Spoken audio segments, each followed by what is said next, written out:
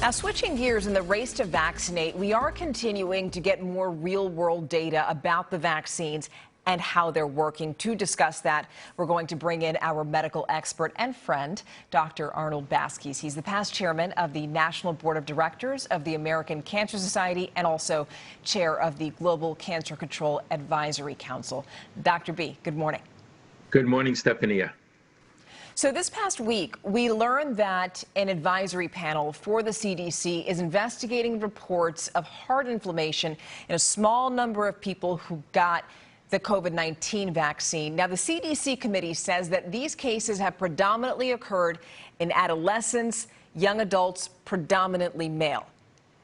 If I'm a parent, my antennas immediately go up. So what can you tell us about this?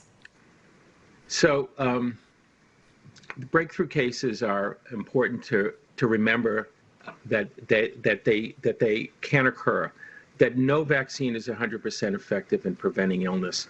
Here's what is important, however. Between January 1st and April 30th of this year, there were about 101 million people who were fully vaccinated and about 10,000 people tested positive. If you do the math, that means that about 0.01% of people tested positive after the vaccine, which also means that 99.99% of people did not test positive after the vaccine. So the vaccine is very, very effective. It's effective in all the age groups that we've been able to study, and that includes children of 12 and over.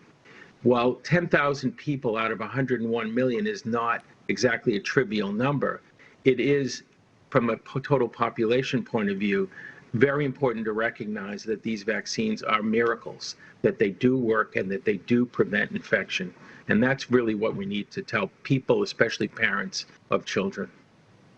You know, so yeah, you just mentioned that. So you were talking about those breakthrough cases. Obviously, we've been hearing, you heard about the Yankees, right, that they were fully vaccinated, yet they still tested positive. Bill Maher, for example. But I want to go back to this other thing that you know, we've been reading from the CDC, where they're investigating a small number of people who got the COVID-19 vaccine, and yet they found that predominantly adolescents, young adults, mostly male, had some kind of heart condition. Have you looked into that? What do we know about that? Well, currently there are a few rare scattered cases of what we call myocarditis, which is an inflammatory condition that affects the muscles of the heart. The best data that we have on this actually comes from Israel. And in Israel, they were looking at the vaccines earlier than we were and have a really good handle on the side effects, the potential side effects from the vaccine. The bottom line is that in Israel, out of 5 million people who were vaccinated, there were about 62 cases of myocarditis that they felt was related to the vaccination. If it is going to occur, and it will occur rarely, it will be after the second dose and usually within 4 days of the shot. The rare condition seems to occur in men or in teenagers between ages 16 to 30.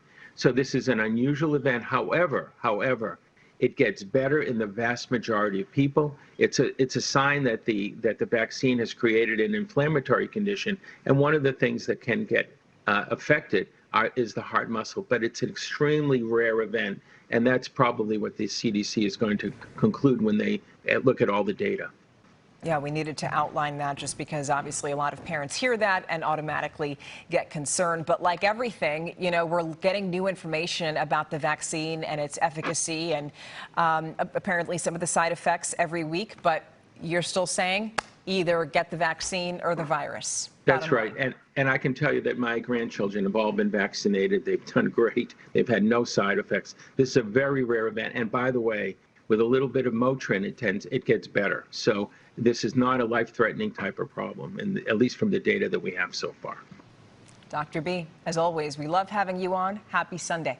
Same to you, Stephania.